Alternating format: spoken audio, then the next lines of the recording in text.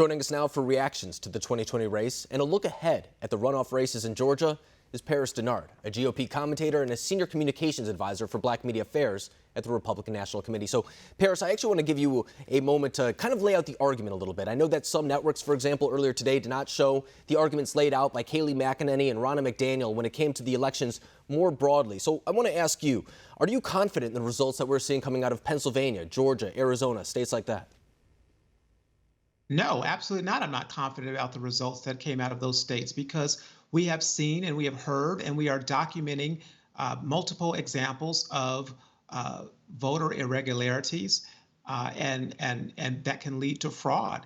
And so we are expecting to see actionable items filed in court. We've already seen things that have been filed in Pennsylvania. We already know Georgia is automatically doing a recount. There's less than a 1% difference in Wisconsin, which could trigger a recount. And in Arizona, where I'm from, we have seen that the lead that Biden once had continues in a large capacity, continues to go down and narrow and narrow and narrow every single day. And so that race should not have been called, especially when you look at a lot of the counties in the northern portions outside of Maricopa County, which are red Trump country, which still at that point were not counted. We have not counted everything that needs to come in as it relates to legal ballots. So many overseas ballots, military ballots, are still yet to be counted in these key states. And so, no, I'm not confident that, and I don't think the 70 million plus Americans who voted for President Trump are confident in what we are seeing unveiled right before our very eyes. This is not being done in the cloak of darkness. We are actually witnessing it live and in living color. There are serious issues when it comes to voter integrity and the integrity of our elections, and we should take it seriously. And that's what Kayleigh McEnany and Ronna McDaniel were laying out earlier before. In fact, we saw it over the weekend with Corey Lewandowski. He was reading obituaries of people who ended up voting in the state of Pennsylvania, in the state of Michigan as well. And then we did hear some examples laid out by McEnany and McDaniel as well earlier today. So I think it's all of the concerns that you just mentioned, in addition to the fact that there are legitimate examples of voter fraud taking place. I think at this point it's a matter of how widespread voter fraud was. But you bring up the state of Georgia as well, and basically everything lies in those upcoming Senate runoff races with Kelly Loeffler as well as with David Perdue, the two incumbents there as well. So do you fear that something similar that we're seeing in these other states could happen there as well? Well, look, some of the Dominion voting machines that were used in these other states were also used, I believe, in Georgia, that were flipping votes that were cast for the president to Joe Biden. And so I think we have to look with great skepticism at the way things were handled right now. I did see a joint statement from the two incumbent Republican senators calling for the Secretary of State of that state to resign because of how embarrassing they feel the elections have been handled there. But we do know this, that the Black Voices for Trump and the coalitions that Latinos for Trump and other coalition groups that were formed across this country made a difference in this election. And we do know that Georgia, for example, had two Black Voices for Trump community centers there. We were down in that state to launch Black Voices for Trump. We were there to launch the Black Economic Empowerment Plan called the Platinum Plan.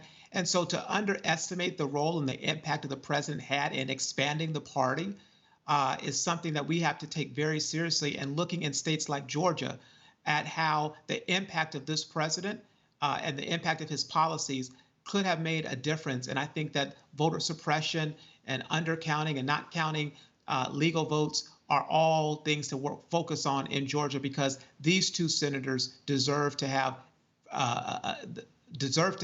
their votes that were cast for them counted and done in a way that everybody can be proud to not have any type of skepticism on the vote, especially when you have a person like Stacey Abrams who still believes that she's the governor of Georgia. So she should, of all people, should not be calling for any hastily made decisions on our elections.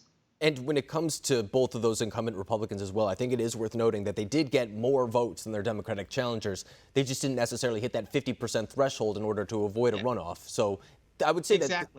I'm sorry to interrupt you, but just briefly, if they had run in any other state that did not have this 50% threshold, they would have been sitting United States senators right now. It's only because of the 50% threshold that they have in that state. They got more votes than their Democratic counterparts. And in one case, there was a Republican running against another Republican, which could have impacted the number of votes going towards her. So there's no reason why we shouldn't hold these 2 Senate seats. But yes, if this was any other state, they would be sitting senators.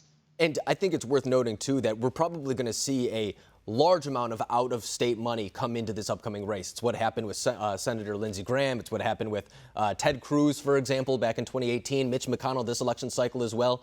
Do you fear that there is going to be a large amount of outside, maybe even dark money coming from some Democratic groups when it comes to challenging these 2 Republicans? There's no doubt there's going to be an influx of out-of-state cash. The last time Ossoff ran, that's exactly what happened. And it didn't work then.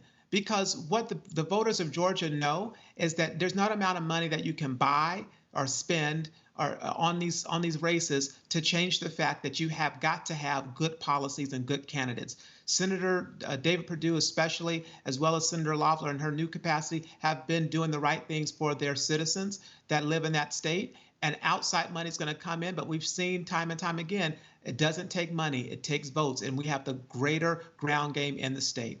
And once again, too, a concern from Republicans that is happening in several states as well. But it's worth noting that David Perdue and Kelly Loeffler both got, as I was saying, more votes in their races than their Democratic challengers. But right now, there is a debate at the top of the ticket when it comes to President Trump and Joe Biden as well. I mean, it seems that it's one of those states where it appears that a lot of Democrats came out, voted on the top of the ticket, and then just left the other ones below that blank, because we're seeing a little bit of a disparity, if you will, when it comes to the Democratic votes at the top of the ticket and then at the bottom of the ticket as well. Just something for our viewers to keep in mind as they move forward throughout this race. But Paris, Dennard, it's really a pleasure having you on the program tonight talking about this race, because it's going to be a huge one when it comes to Senate control. Thanks for coming on.